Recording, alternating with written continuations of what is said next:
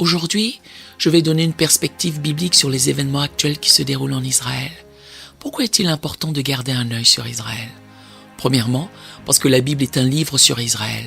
La Bible rapporte historiquement des choses sur Israël et prophétise aussi des événements à venir en Israël. De plus, Dieu a donné un sauveur au monde, Jésus, qui est né en Israël, mort en Israël, ressuscité en Israël et qui d'ailleurs reviendra en Israël. Nous devons donc garder les yeux sur Jésus. C'est pour cette raison que j'aborde ce sujet pour donner une perspective biblique sur ce que nous voyons se passer au Moyen-Orient aujourd'hui. En fait, je devais initialement diffuser cette prédication en direct d'Israël à l'église ce matin. J'emmenais un groupe de quelques centaines de personnes de notre église et heureusement nous n'étions pas là quand la guerre a éclaté. Nous remercions le Seigneur pour cela. La veille du jour où Terry et moi devions prendre l'avion pour Israël le samedi 7 octobre 2023, 1500 terroristes du Hamas ont pénétré la clôture de sécurité autour de Gaza, sont entrés en Israël à moto, en jeep et en parapente, et ont sauvagement assassiné des Israéliens lors d'un festival de musique à Raïm. Ils ont ensuite attaqué plusieurs localités le long de la frontière avec Gaza, massacrant leurs habitants. Vous avez sûrement entendu les détails et je n'ai pas besoin de les raconter à nouveau. Ce fut brutal et on ne peut décrire cela que par les mots « pure méchanceté ». Voici le visage de cette guerre. Un jeune couple, Hadar, Itai, Bertichevski et leurs jumeaux. Ils vivaient dans un kibboutz près de la frontière avec Gaza. Lorsque des terroristes du Hamas ont attaqué leur localité, ils ont rapidement caché leur bébé dans une pièce sécurisée, puis sont revenus affronter les terroristes. Ce jeune couple a été sauvagement assassiné. 14 heures plus tard, lorsque l'armée israélienne a repris le contrôle du kibboutz, elle a trouvé les jumeaux sains et saufs et les a sauvés, désormais orphelins, après l'assassinat de leurs parents. Ces parents ont donné leur vie pour défendre leurs enfants. Voilà le visage de cette guerre. Pour la première fois depuis 50 ans, depuis la guerre du Kippour en 1973, Israël a officiellement déclaré la guerre en réponse au terrorisme du Hamas. Comme le disent certains, c'est le 11 septembre d'Israël. Cependant, si l'on compare proportionnellement la population d'Israël, environ 7 millions de Juifs à celle des États-Unis, environ 330 millions d'Américains, le 11 septembre d'Israël est proportionnellement 30 fois pire en termes de nombre de morts. Je tiens à dire d'emblée que notre Église ici aux États-Unis soutient sans équivoque Israël et le peuple juif. De même qu'il y avait dans les années 1930 et 1940 des Allemands sensés qui s'opposaient à Hitler et au nazisme, il existe aussi aujourd'hui des Palestiniens sensés qui s'opposent au Hamas et au terrorisme islamique et qui croient aussi au droit d'Israël d'exister. À ces Palestiniens, nous disons aussi que nous sommes avec vous. Je consacre l'intégralité de cet enseignement pour essayer de répondre à 5 questions. Premièrement, qu'est-ce que le Hamas ? Deuxièmement, pourquoi le Hamas est-il si déterminé à détruire Israël et le peuple juif ? Troisièmement, quelle est l'histoire des Palestiniens et de la terre d'Israël ? Quatrièmement, pourquoi tant de jeunes Américains soutiennent-ils la cause palestinienne aujourd'hui ? Cinquièmement, comment cela pourrait-il s'inscrire dans les prophéties bibliques sur la fin des temps ? Prions. Père Céleste, nos cœurs sont lourds aujourd'hui car nous sommes si éloignés de ce qui se passe en Israël. Pourtant, parce que nous t'aimons et aimons ta parole, nous aimons aussi le peuple juif. Nous te remercions pour le plan rédempteur pour l'univers qui est venu par le peuple juif, à travers le Messie juif, Jésus, Yeshua. Seigneur, alors que nos cœurs sont lourds, notre espérance demeure en toi. Nous te remercions, car le psalmiste dit dans Psaume 121 que celui qui garde Israël ne sommeille ni ne dort. Nous prions pour leur paix, leur protection et une fin rapide à cette guerre. Nous savons, Seigneur, qu'en définitive, la paix ne viendra que quand toi, le prince de la paix, reviendra. Mais d'ici là, nous te demandons d'être miséricordieux et d'intervenir. Ta parole nous dit dans Psaume 122 de prier pour la paix de Jérusalem. Nous le faisons, Seigneur, et nous te demandons d'intervenir puissamment pour la nation d'Israël, au nom de Jésus. Amen. Première question. Qui ou qu'est-ce que le Hamas ? Le Hamas est une organisation terroriste composée de musulmans sunnites. Le nom de l'organisation est en fait un acronyme qui se traduit de l'arabe par « Mouvement de résistance islamique ». C'est donc un acronyme utilisé par le groupe. Cependant, le Hamas lui-même joue sur les mots en arabe car Hamas signifie zèle ou force. Il est intéressant qu'en hébreu, le mot Hamas soit aussi un mot Hamas orthographié Shamas et qui signifie violence, une définition plus appropriée de ce qu'est vraiment le Hamas. Le Hamas ne se soucie de personne ni de rien qui se met en travers de sa seule mission, qui est de tuer des Juifs et de faire disparaître Israël de la carte. Ce n'est pas moi qui dis cela, mais c'est ce que déclare leur propre charte, la charte du Hamas, adoptée en 1988, qui dit ceci dans son préambule. Israël existera et continuera à exister jusqu'à ce que l'islam l'anéantisse, tout comme il a anéanti d'autres avant lui. Et l'article 7 déclare « Le jour du jugement n'arrivera que lorsque les musulmans combattront et tueront les juifs ». Ils sont donc clairs dans cette déclaration. Ce n'est pas une théorie du complot ni de fausses informations. Ils ont le désir de tuer des juifs et d'effacer Israël de la carte pour en faire un État islamique. Et ils tueront et détruiront tout et tous ceux qui se mettront en travers de cette mission. Et pas seulement les juifs, ils se moquent aussi des Palestiniens. Le Hamas utilise les Palestiniens comme boucliers humains, installant délibérément des lanceurs de roquettes dans des écoles, des hôpitaux et des immeubles d'habitation civile, sachant qu'en ripostant, Israël offrira d'excellentes images au Hamas, montrant des civils innocents tués dans des hôpitaux et des écoles, donnant l'impression qu'Israël visait délibérément ses cibles. Non, Israël vise les lanceurs de roquettes que le Hamas installe délibérément là car ils utilisent des civils palestiniens comme boucliers humains. Ils ont même empêché leur propre peuple palestinien de quitter Gaza. Avez-vous entendu cela ?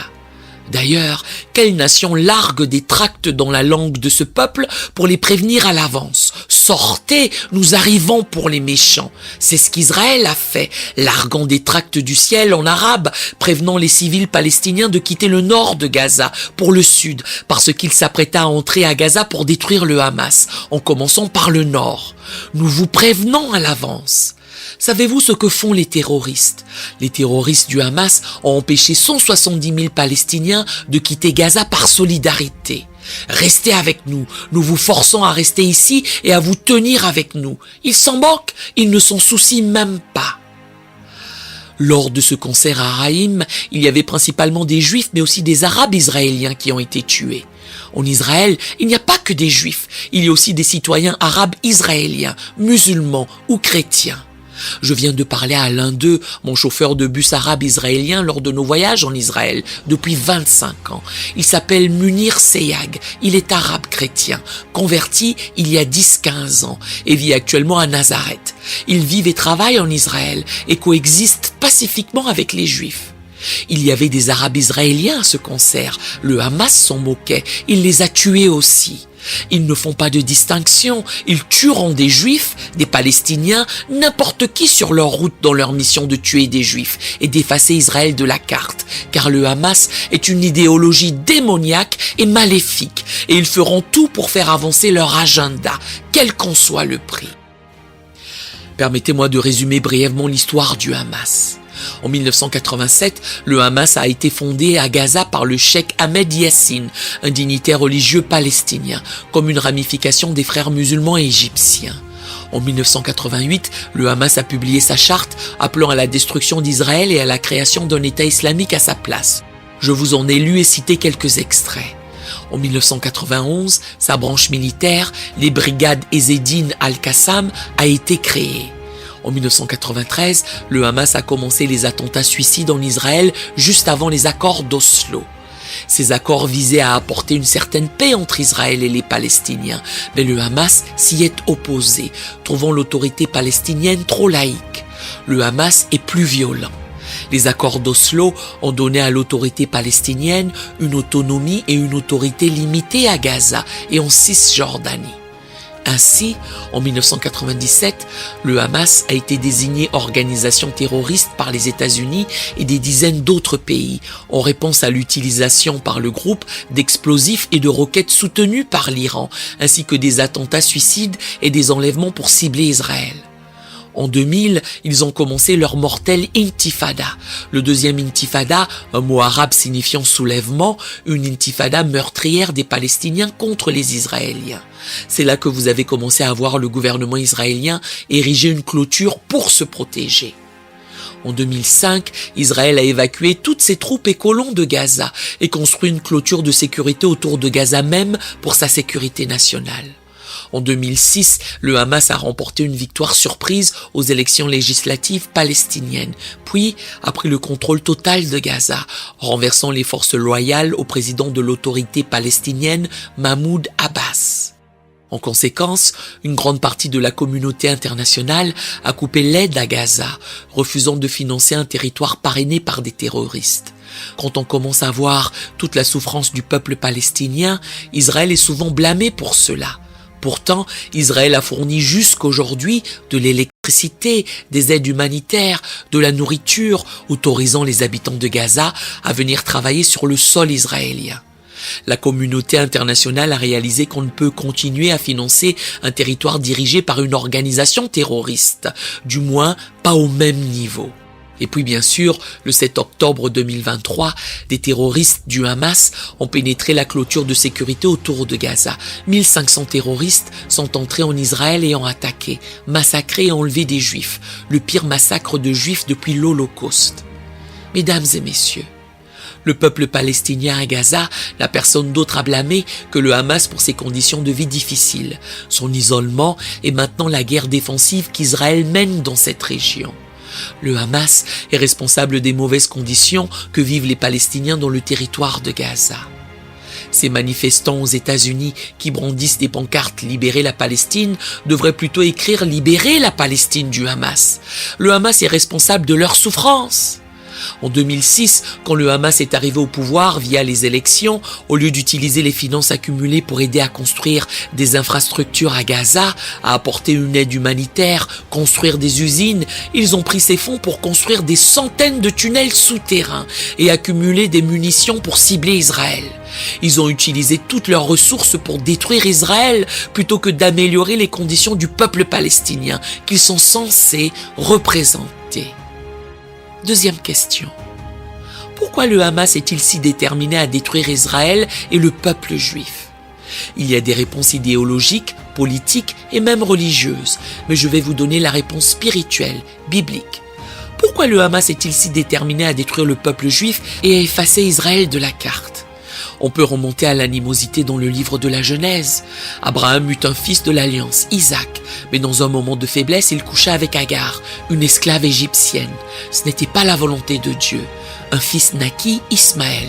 Les descendants d'Ismaël sont les Arabes. Les descendants d'Isaac, l'enfant de la promesse, sont les Juifs.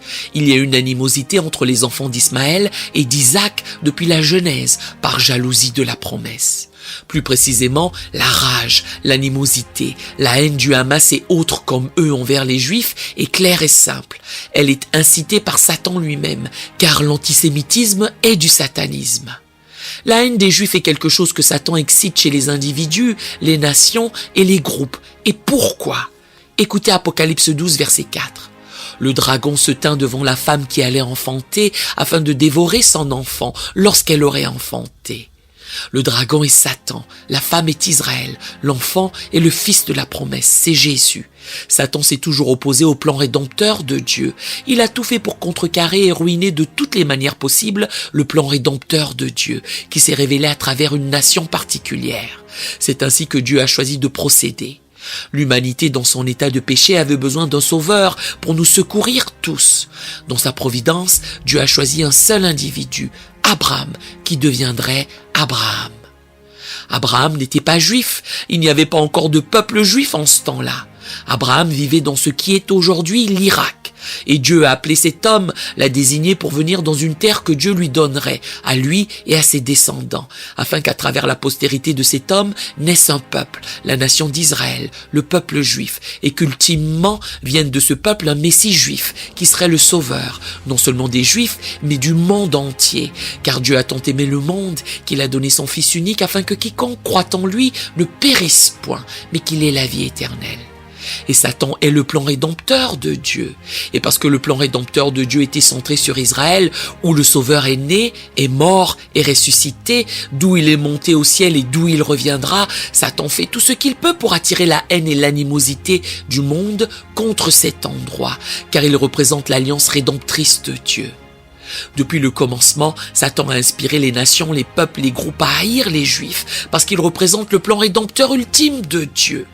Et Dieu dit dans Genèse 12, verset 3, « Je bénirai ceux qui te béniront et je maudirai ceux qui te maudiront. » Son œil est sur cette terre, car il a choisi cet endroit précis et ce peuple précis pour révéler son plan rédempteur ultime pour le monde entier.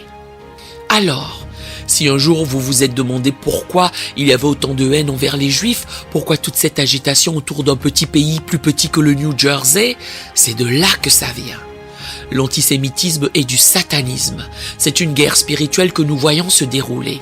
Bien sûr, elle se joue de manière physique, mais c'est une guerre spirituelle qui incite tout cela. Voilà la vraie réponse.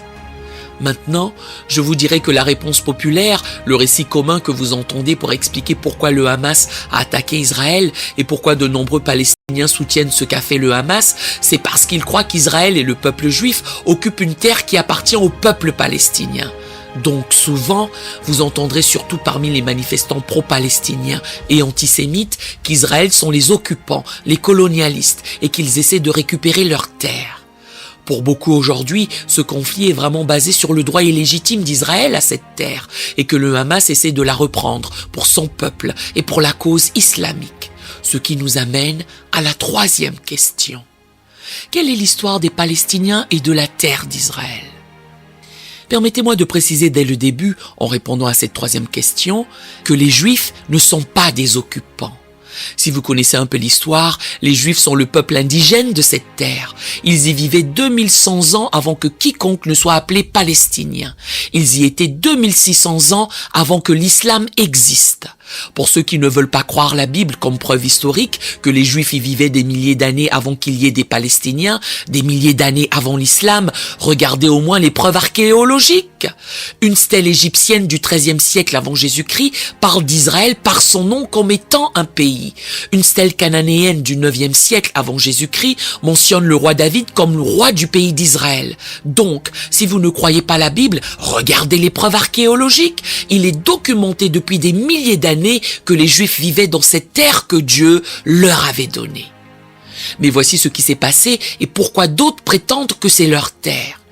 De 586 avant Jésus-Christ, quand les Babyloniens ont assiégé Israël, jusqu'en 1948 après Jésus-Christ, quand Israël a réaffirmé son droit à la patrie, pendant environ 2500 ans, les Juifs ont été dispersés, tués dans le monde entier, opprimés, et ceux qui sont restés en Israël ont été dominés par d'autres empires. En voici la liste: les Babyloniens, les Perses, les Grecs, les Romains, les Byzantins, l'Empire arabe musulman, les croisés catholiques, les Mamelouks, les Ottomans et l'Empire britannique.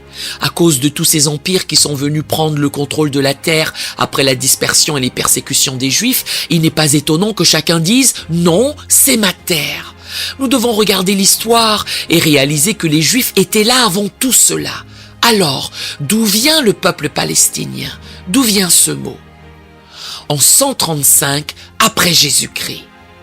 En 135 après Jésus-Christ, l'empereur romain Hadrien, pour réprimer une révolte juive, dispersa les Juifs de Jérusalem, puis renomma toute la région Palestina en latin, car c'est le terme latin pour les Philistins. Pourquoi?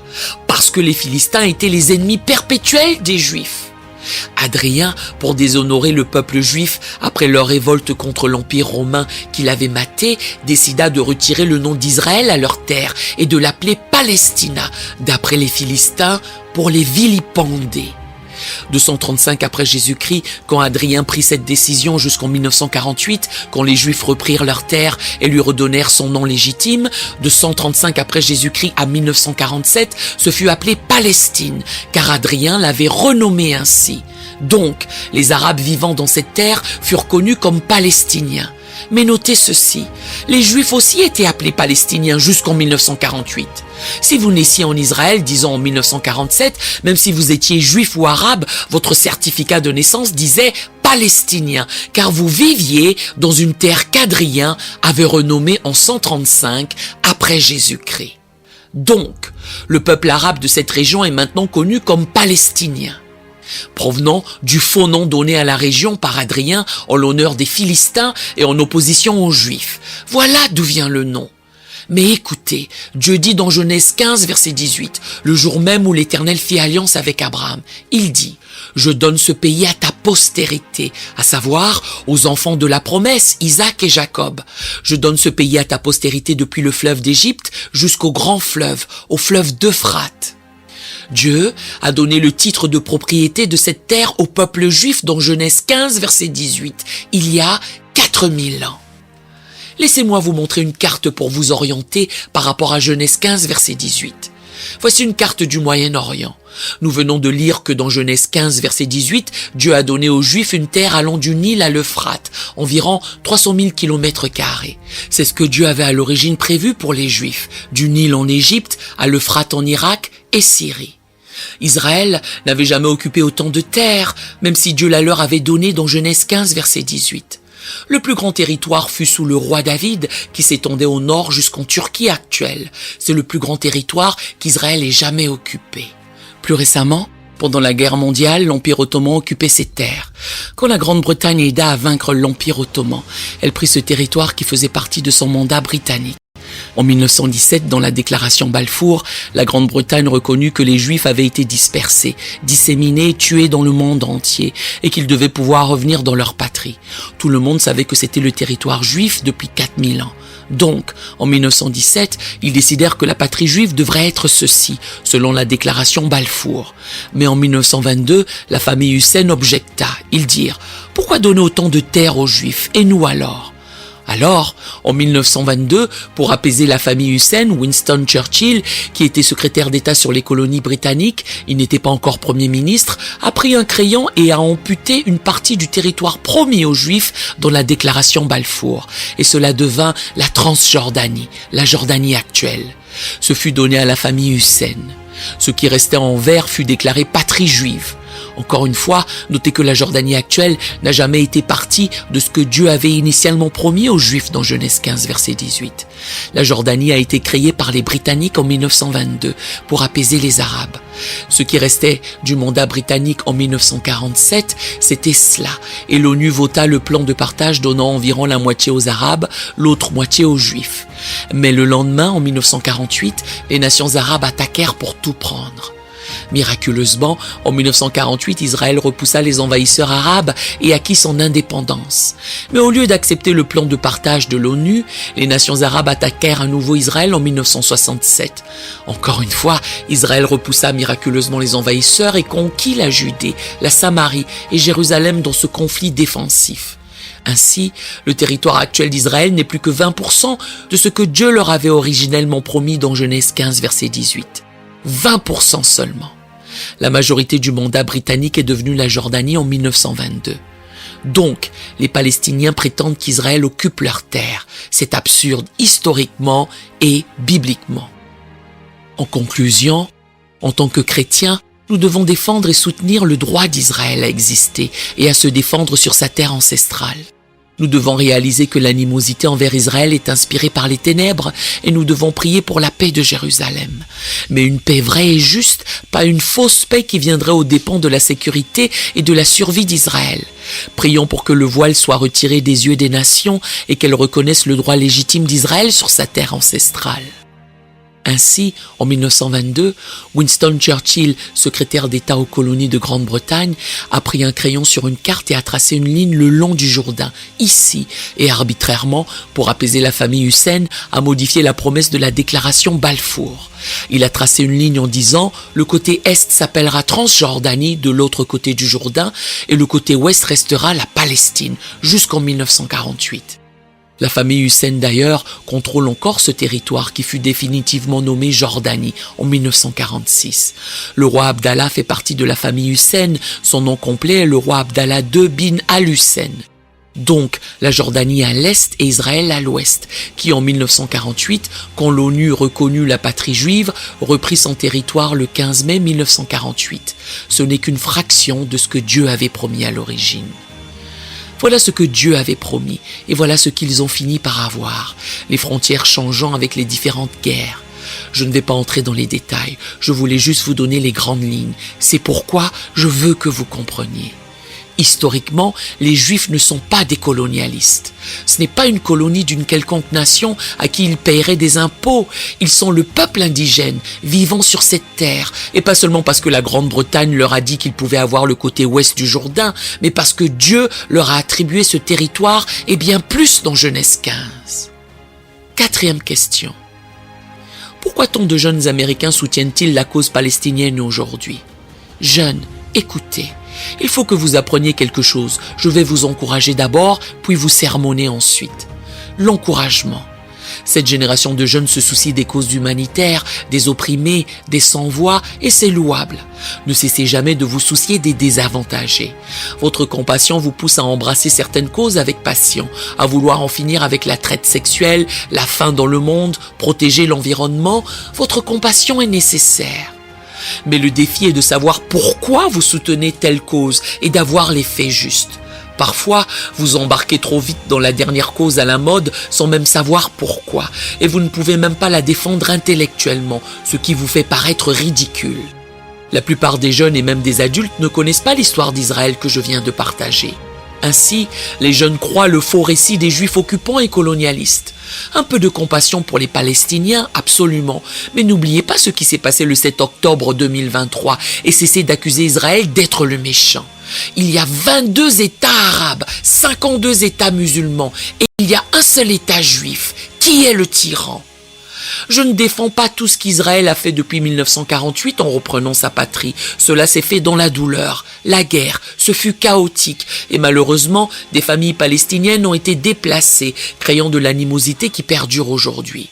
J'ai entendu de jeunes enfants arabes scander « Mort à Israël » sur l'esplanade des mosquées.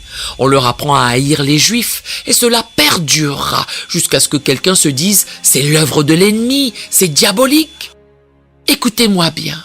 Je ne défends pas du tout Israël sur tout ce qu'ils ont fait jusqu'à ce jour, mais dire que la terre appartenait aux Palestiniens et que les Juifs n'y avaient jamais mis pied avant d'y débarquer par la force en 1948 est intellectuellement malhonnête et faux.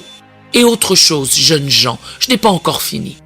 Ce qui motive souvent votre soutien aux causes humanitaires, c'est que cela vous fait vous sentir bien. Nous avons tous une conscience coupable et la seule façon de vraiment l'apaiser est d'aller à Dieu et d'obtenir le pardon par Jésus. Mais ce que font certaines personnes pour apaiser leur conscience coupable, c'est d'épouser de bonnes causes. Les jeunes s'impliquent dans ce que l'on appelle aujourd'hui le déisme moral et thérapeutique.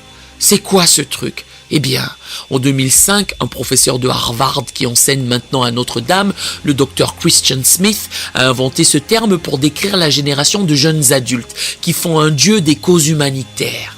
Le côté moraliste est « je veux faire le bien ». Très bien. Mais quand vous faites le bien, vous vous sentez bien, c'est le côté thérapeutique. Et vous en faites un dieu, c'est le déisme. C'est dangereux, car vous embarquez alors sans réfléchir dans la dernière cause à la mode, sans avoir fait vos recherches, sans connaître les faits, sans pouvoir la défendre intellectuellement, ce qui vous rend ridicule. Alors, au lieu de chercher à vous sentir bien à travers l'aide humanitaire, trouvez ce sentiment auprès de Jésus, ayez une relation avec Dieu et tenez-vous près de lui. Alors, vous saurez ce qui est bon, juste et pur. Je finis avec la 5e question. Comment tout cela peut-il s'inscrire dans les prophéties bibliques sur la fin des temps ? Allez à Ézéchiel 38. Il y a beaucoup de discussions en ce moment sur la question de savoir si c'est la fin du monde, comment tout cela va s'intégrer et qu'est-ce que cela signifie. À chaque fois qu'il y a de l'agitation en Israël, surtout la guerre, réveillez-vous, prenez note et cherchez dans votre Bible à comprendre ce qui se passe.